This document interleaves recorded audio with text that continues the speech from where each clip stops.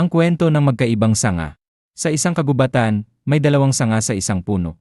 Ang isang sanga ay laging nagrereklamo, "Bakit ako ay palaging nasa ilali? Lahat ng liwanag ay para sa taas na sanga." Ngunit isang araw, dumaan ang malakas na bagyo. Ang taas na sanga ay nabali at nahulog, habang ang mababang sanga, na laging nakatago sa anino, ay nanatiling buo at matatag. Matapos ang bagyo, sinabi ng mababang sanga sa kanyang sarili, "Minsan, ang pagiging nasa ilalim ay hindi tanda ng pagiging mahina, kundi ng pagiging handa at matibay sa oras ng pagsubok. Ang tunay na lakas ay hindi nasusukat sa kung saan ka nakatayo, kundi sa kung paano mo hinaharap ang mga pagsubok sa buhay." Narito ang mga trivia na nakatuon sa paksang 10 utos ng Diyos. Sino ang nagbigay ng 10 utos sa mga Israelita? Sagot: Diyos.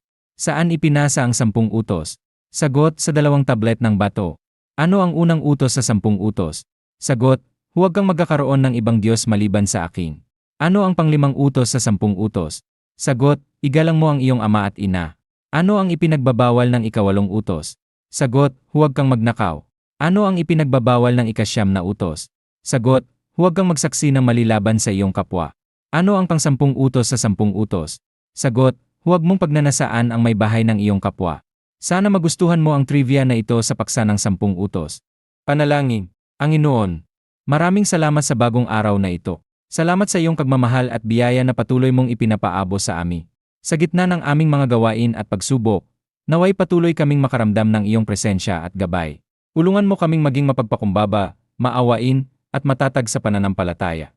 Ibigay mo sa amin ang lakas at kaunungan upang harapin ang mga hamon ng araw na ito. Pagbalain mo ang aming pamilya, mga kaibigan, at ang bawat isa sa amin. Sa lahat ng ito, kami nagpapakumbaba at naggitiwala sa iyong plano para sa amin. Sa ngalan ni Jesus, Amen.